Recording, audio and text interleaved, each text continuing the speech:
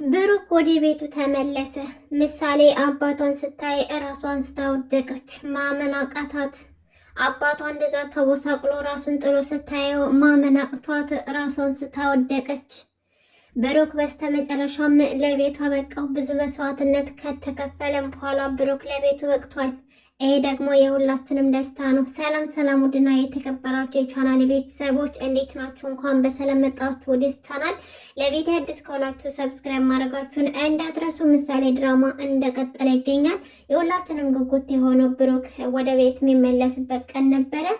ዛሬ እንግዲህ ብሩክ ወደ ቤቱ ተመልሷል ማለት ነው። እንግዲህ ሞገስ እና መድብል እንዲሁም ደግሞ የመድብል ጓደኛ ሆነው እራሳቸውን መስዋዕት አድርገው ብሩክን ካለበት ቦታ ሊያወጡት ችለዋል። ይሄ ደግሞ በጣም ጀግናና እውነትም ከልባቸው ወይም እንደመሆናቸውን አስመስክረዋል ማለት ነው። እንግዲህ ሞገስ ብዙ ጊዜ ፈሪ ነው፣ ድፍረት የለውም እያል የምንገምተው ዛሬ ለጓደኛው ሲል እራሱን አሳልፈው መስዋዕት ሆኗል ማለት ነው።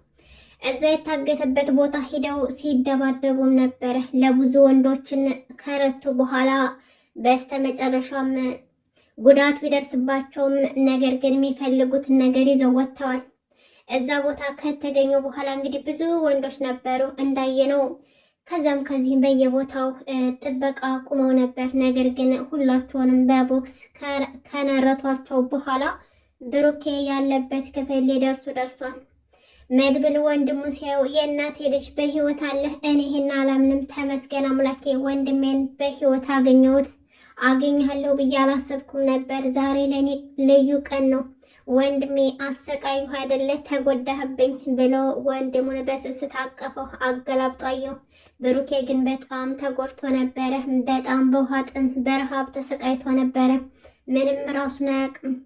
በደመ ነፍስ ነበር የተቀመጠው። ነገር ግን ወንድሙ በስተመጨረሻም ቢሆን ደርሶለታል። መድብልም የእውነትም ወንድም ነው። ከወንድምም በላይ ጠበቃ ለብሩክ ለልጁ ጠበቃ፣ እንዲሁም ደግሞ ወንድሙን ከሞት አፋፍ መንጭቆ ያወጣ ወይም ደግሞ ከአውራፍ ላይ መንጭቆ ያወጣ ጀግና ወንድ ነው። እንዲሁም ደግሞ ሞገስ ከሉላዬ ጋር ጥሩ ህይወት እኖራለሁ፣ ከዚህ በኋላ የተመቻቸ ህይወት እኖራለሁ፣ እንዲሁም ደግሞ ለጓደኛዬ ብሩክ መስዋዕት መክፈል አለብኝ ብሎ ወስኖ ቆርጦ ተነስቷል። እናም ፊት ሲመራ ነበረ። ከዛም በኋላ እዛ ከደረሰ በኋላ እንግዲህ መጀመሪያ እሱን የያዙት ሞገስን ነበር መጀመሪያ የያዙት። እሱ ግን ምንም አልፈራም። ከሞትኩም ሞት ነው፣ ከዳንኩም ብሩክን ይዤ ነው የምወጣው ብሎ ወስኗል። ከዛም በኋላ እንግዲህ መድብልና ጓደኛው ተከትለውት ሄደው ሞገስን አንቆ ሲይዘው አስጥለውታል። ውስጥም እየገቡ አንድ በአንድ ተደባድበው አሸንፏቸዋል። ከዛም በኋላ ነበር ከባዱ ነገር የገጠማቸው። ሁሉንም ተደባድበው ካሸነፉ በኋላ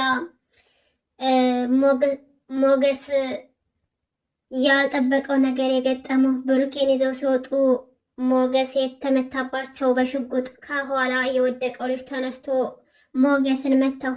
ሞገስ ብሩክና መድብል እንዳይመቱ በማለት ራሱን መስዋዕት አድርጓል። እዛ ላይ ነበር የባለፈው ክፍል ያለቀው። በዛሬው ደግሞ እንግዲህ የመድብል ጓደኛ ሞገስ ለኔ ተውና አንተ ብሩክን ከዚህ ይዘህ ውጣ ባለው መሰረት ቀጥ ብሎ መድብል ብሩኬን ወደ ሆስፒታል ይወስደዋል። ከዛም በኋላ ዶክተሮቹ እርዳታ እንዳደርጉለት ጠየቀና አሳከመው። ነገር ግን ብሩኬ በጣም በረሃብና በውሃ ጥም ተጎድቶ ነበረ። በተለይ ደግሞ ውሃ ጥም በጣም ስለጎዳው ውስጥ ያለው ፈሳሽ ምንም ነገር የለም። እናም የቻሉትን ነገር እያደረጉ እንደሆነ ነገሩት። ሞገስ ደግሞ እዛ በሞት አፋፍ ላይ ይገኛል። ምክንያቱም ለብሩኬና ለመድብል መስዋዕት ሆኗል እዛ ጋር።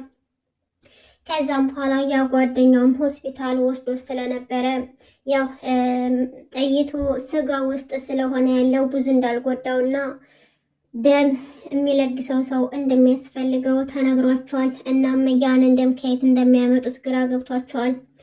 የሞገስ ደም ኦሰልቢ ነበር። እናም ያንን ደም ፍለጋ ይደዋወላሉ። ማንን ይጠይቁ? የእነሱ ደምና የእሱ ደም አይመሳሰልም። ከዛም በኋላ ያላቸው አማራጭ ኤፍራታ ጋር መደወል ነበረ። መድብል ኤፍራታ ጋር ደውሎ ሞገስ ስለተጎዳ ደም እንደሚያስፈልገውና ደም እንድትለግሰው ጠየቃት። ኤፍራታ ፍቃደኛ ብትሆንም ማህሌት ግን አልፈቀደችም ነበረ በገንዘብ እንድትደራደረው አሊያም ደግሞ እንደውም ለሞገስ ደም የሚባል እንዳትሰጠውና የምትለግሰው ከሆነ ግን ለዝና አሳልፋ እንደምትሰጣት ነገረቻት። ኤፍራታ ደግሞ በጣም ፈርታ ነበረ። ምክንያቱም ዝናን ተደብቃን ያለችው። ከዛም በኋላ የመጨረሻ በገንዘብ እንድትደራደረው ታደርጋታለች። 50 ሺህ ብር እንድትጠይቀው። መድብል ደግሞ በዚህ ሰዓት 50 ሺህ ብር እንደሌለውና አስተያየት አድርጋለት በ20 ሺህ ብር እንድትሰጠው ጠየቃት። ኤፍራታም እሷ በምትላት መሰረት 30 ሺህ ብር አለችው። ከዛም በኋላ ምንም አማራጭ ስለሌለው ተስማማ። ማህሌት ግን በጣም ጨካኝና አረመኔ ናት። በቃ ለገንዘብ ካሏት እህቷንም አሳልፋ ትሰጣታለች፣ እንኳን ሌላን ሰው። ዝና ደግሞ አሁን በፈጠረበት ኪሳራ በጣም ተናዷል። ለማህሌት ነግሯት ነበር። አሁን ብሩኬ በህይወት ቢኖር ምን ልታደርግ ትችያለሽ?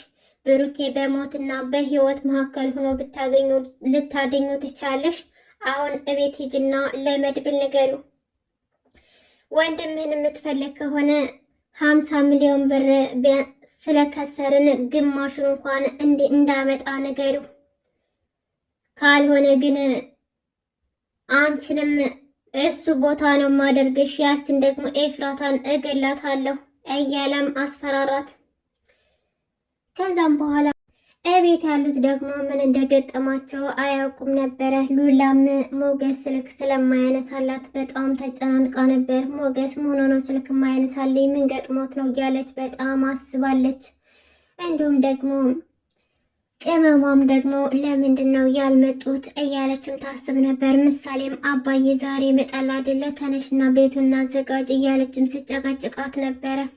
ከዛም በኋላ በስተመጨረሻም እንግዲህ መድብል ለቅድስት ደወለላትና ቤቱን እንዳዘጋጁና ማታ ሊመጡ እንደሚችሉ ነገሯት። ቅድስትን በጣም ደስ አላት። ብሩኬ በህይወት መኖሩና መድብል ጋር እንደተገናኙ ስታውቅ በጣም ተደሰተች። ከዛም በኋላ ከዳጣ ጋር ቤቱን አስተካከሉ፣ ወጥ ሰሩ፣ ተዘጋጁ፣ ተፍተፋሉ። አሁን የቀረው እንግዲህ ከሆስፒታል መውጣት ነው። ነገር ግን የሞገስ መጎዳት በጣም አሳዝኗቸዋል።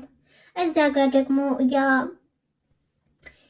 ሉላን የሚያስቸግራት ጠበቃ እምልሽን ማታደርግልኝ ከሆነ ሲለፋበት የከረመውን የባልሽን ገንዘብ እስከ መጨረሻው አስወርስበታለሁ። ከአንቺ የሚጠበቀው የጠየኩሽን ብቻ እሺ ብለሽ እንድሰጪ ነው። ካለበለዚያ ግን ገንዘባቸውን እርሱት እያለ አስፈራራት። ሉላም አንተ ግን ምን አይነት ጨካኝ አረመኔ ሰው ነህ?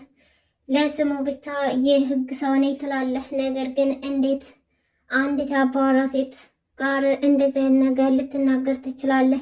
በቃ ተወኝ። የዛኔ ተስማምቼ ነበር። አሁን ግን ሀሳቤን ቀይሬያለሁ። ስልኬም ላይ እንዳትደውልልኝ፣ ከአሁን በኋላ አጠገቤ እንዳትደርስ ብላ ትናገረዋለች። ከዛም በኋላ ከሱ የተሻሉ በሀቅ የሚሰሩ ብዙ ጠበቆች እንዳሉ ነገረችው። እሱ ግን የሚፈልገውን ነገር ካላገኘ መቼም ቢሆን ሌሎችም ጠበቆች ለእነሱ እንዳይሰሩላቸው እንደሚያደርጉትና ያም አልበቃው ብሎ ደግሞ ከዚህ በፊት ያለፈ ፋይሉን አንቀሳቅሶ ወንጀለኛ እንደሆነ አድርጎ ሞገስ ገንዘቡን እስከ መጨረሻው ሊያስወርስበት ወስኗል። ይሄ ደግሞ በጣም ነውራምና ባለጌ ጠበቃ ነው እና ሉላም አሁን ላይ በሞገስ ስልክ አለማንሳት በጣም ተጨናንቃለች። በስተ መጨረሻም እንግዲህ መድብል ከሆስፒታል ወንድሙን ይዞ መጣ። ብሩክ በስተ መጨረሻም ለቤቱ በቃ። በሩን የከፈተችለት ምሳሌ ነበረች። ምሳሌ አባቷን ስታየው በጣም ደነገጠች። ሰውነቷ ተንቀጠቀጠ። በጣም ደነገጠች። አባቷ እንደዛ ተጎድቶ ተቦሳቅሎ ሰውነቱን ጥሎ እንደዛ ተደብድቦ በጣም ተቦሳቅሎ አንገቱን ደፍቶ ስታየው በጣም ደንግጣ ስለነበር ሰውነቷ እንደ ጉድ አዛማት።